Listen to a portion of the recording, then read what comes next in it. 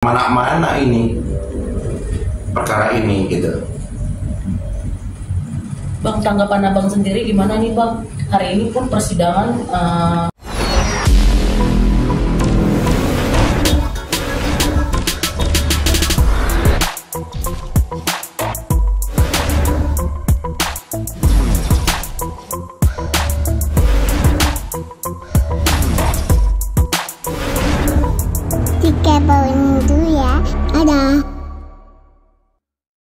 Jadi begini, jadi memang tadi saya telat juga datang ke sana. Jadi tadi pas saya lihat dari sosial media, memang udah ramai ya. Mana tadi JPU-nya juga video-videoin ya, segala macamnya ya. Ya kalau menurut saya seperti ini, tanggapan saya ya. Alangkah lebih baiknya sebagai penegak hukum kita tunjukkan ke masyarakat bagaimana tata cara bersidang yang benar. Gitu. Mbak Nikita Mirzani ini bukan seorang teroris, bukan seorang pembohong narkoba, ya, dan dia pun belum bisa dikatakan bersalah ini. Jadi berlakukanlah bagaimana mestinya. Hak-haknya Mbak Nikita Mirzani harus diberikan juga, gitu loh. Karena saya tadi jujur sekali pas tadi dokter detektif ya, jadi saksi itu tadi. Saya agak sedikit kecewa juga sama majelis hakim di mana menyatakan bahwa sidangnya kita undur minggu depan. Padahal Mbak Nikita Mirzani sendiri menyatakan saya ini masih sanggup, masih mampu. Ayo kita lanjut sidangnya. Pas tadi memutar rekaman dari dokter detektif ya. Kenapa mesti langsung ditunda ke minggu depan? Ini ada apa sebenarnya gitu? Ini pandangan saya loh ya, sebagai masyarakat gitu. Tolonglah diberlakukan sebagaimana mestinya. Bang, artinya ini hak asasinya Niklir disebut, bisa dikatakan dirampas ya bang, karena kan dia nggak ada hak buat membela tapi dikit-dikit terpotong gitu. Ya itulah yang sangat disayangkan kan begini. Si Mbak Nikita kan punya hak untuk menjawab, hak untuk bertanya. Kenapa dibatasin gitu? Biarkan aja dia bertanya dan menjawab. Jangan langsung dipotong. Nah kalau begini ya nggak bakalan ketemu kebenaran materialnya, nggak bakalan nemu ini. Malah kemana-mana ini perkara ini gitu. Bang, tanggapan abang sendiri gimana nih bang? Hari ini pun persidangan untuk pengawalan kasus dari NM ini sendiri sangat dikawal ketat banget, banyaknya polisi. Gitu. Terus udah gitu, yang mana tugas JPU sebenarnya tugas dasarnya itu apa sih bang? Apakah dia boleh memvideokan, yang mana kan seharusnya dia bersikap netral tapi malah sibuk jadi konten kreator? Oke, saya jawab pertanyaan pertama dulu, masalah bagaimana tadi pengawalannya itu sangat banyak sekali ya. Saya juga tadi bingung gitu. Ini ada apa sebenarnya, sidang apa ini kan begitu kan? Kok masa iya? Itu kan sidang terbuka untuk umum. Saya tadi nerobos saja ke dalam nggak bisa loh. Saya nerobos ke dalamnya nggak bisa. Dikawal berapa lapis tadi itu ya. Saya nggak bisa nerobos ke dalam. Artinya apa? Artinya sidang itu bukan untuk umum. Udah lah, ngapain sih pengawal seperti itu? Terlalu banyak gitu. Buat saya juga nggak penting gitu. Walaupun menurutnya ini kasus ini luar biasa besar, tapi nggak penting juga pengawalannya terlalu berlebihan lah. Kalau menurut aku berlebihan gitu. Toh Mbak Nikita Mirzani juga dari mobil tahanan jaksa sampai ke persidangan di borgol. Toh nggak bisa juga kabur kemana-mana. Ya, sampai ke persidangan juga di borgol. Baru sampai persidangan dibuka. Setakut itu, kenapa setakut itu kan gitu? Haknya Mbak Nikita Mirzani menurut saya di sini benar-benar dirampas. Kalau saran saya sama Bang Fahmi sebagai pengacaranya, lawyernya, harus ambil tindakan ini, gandeng Komnas HAM. Ini ada loh hak terdakwa ini nggak terpenuhi ini, seperti itu. Saya juga pernah terdakwa kok, gitu kan? Nggak gitu-gitu amat, gitu. Tadi pas, apalagi tadi pas anaknya datang, tapi aku tadi anaknya datang itu yang kecil ya, tapi dari sosial media. Tapi tadi pas di pengadilan aku nggak nemu lagi kemana, nggak ketemu. Nggak tega loh kita, cara manusia kita nggak tega loh. Apa salahnya sih kasih ruang 1 jam gitu untuk kangen-kangen sama anaknya juga baru sembuh kan? Apa salahnya sih? Gitu. Kita jangan bicara masalah hukum dulu deh. Kita bicara masalah hak hak asasi manusia paling mendasar. Kenapa nggak dibilangnya itu gitu? Kenapa harus Mbak Nikita Mirzani ini diberlakukan nggak sewajarnya, nggak sepatutnya gitu loh? Sangat disayangkan kalau menurut saya, sangat disayangkan. Apalagi tadi pertanyaan kedua, jaksa penuntut umum ini tugasnya apa sih Bang? Oke. Kalau misalnya memang ini kan sekarang jaksa penuntut umum ini kan tahanannya dan jaksa penuntut umum ya, sini Mbak Nikita Mirzani ya. Setelah tahap 2 kemarin memang beliau tanggung jawab dari penyidik Polda jatuhnya ke kejaksaan kan. Nah, pantaslah seorang JPU memvideo-videokan buat apa? Buat apa coba? Gak penting gitu. Inilah sebenarnya kacamata hukum kita sekarang ini hancur, berantakan gitu. Kita sebagai praktisi hukum, saya malu lihatnya gitu. Apalagi tadi pas mau pulang keluar sampai Mbak Nikita Mirzani sujud-sujud segala macam. Masa iya lihat udah tahu dia sakit, orang dia sendiri masih mengatakan mampu kok. Kenapa mesti ditunda lagi minggu depan? Ini maksudnya apa? Kan begitu. Ini saya melihat dari persidangan tadi ya. Kalau masalah hukumnya silakan on the track, gitu loh. Jangan dibawa-bawa kayak yang tadi itu. Aduh, tontonan yang sangat nggak bagus lah menurut aku. Gitu. Sudah mencoreng pengadilan juga ya Bang, ibaratnya dengan tindakan sikap seperti itu. Udah pasti. Dari pihak JPU. Udah pastilah. Gitu loh. Bang, ini kan Abang tadi sempat berbicara baik hati ya Bang, punya hati nurani juga terkait dengan anak. Tolonglah kasih kesempatan semacam gitu. Yes.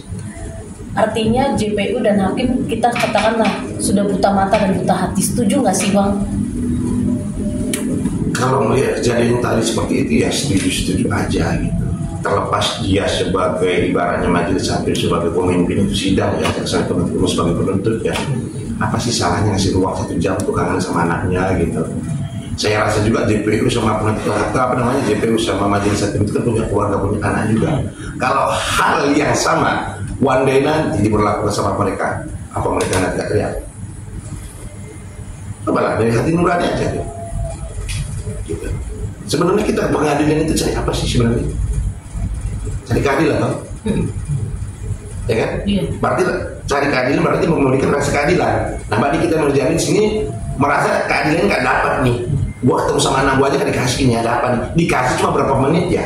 Seperti itu tadi ya. Aku lihat rekam videonya ya.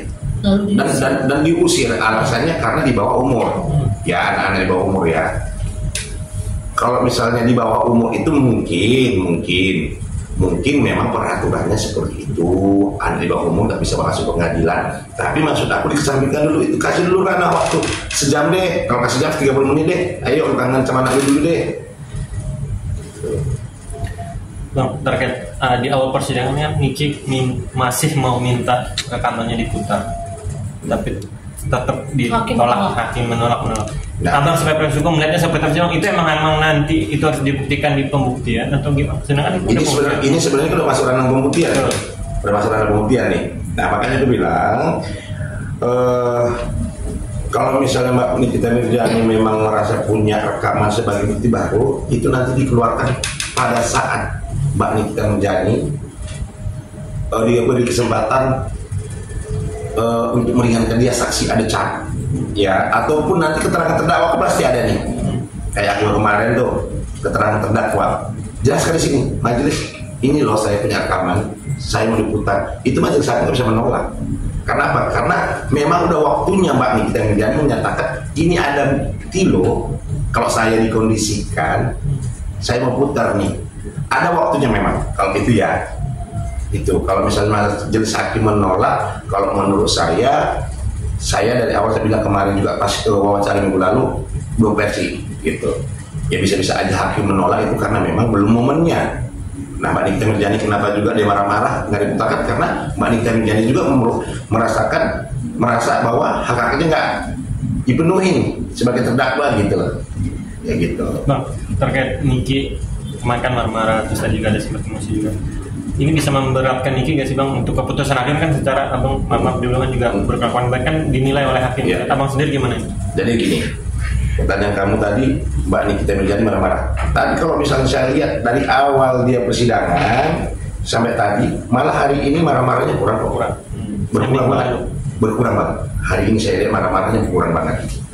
Gitu loh.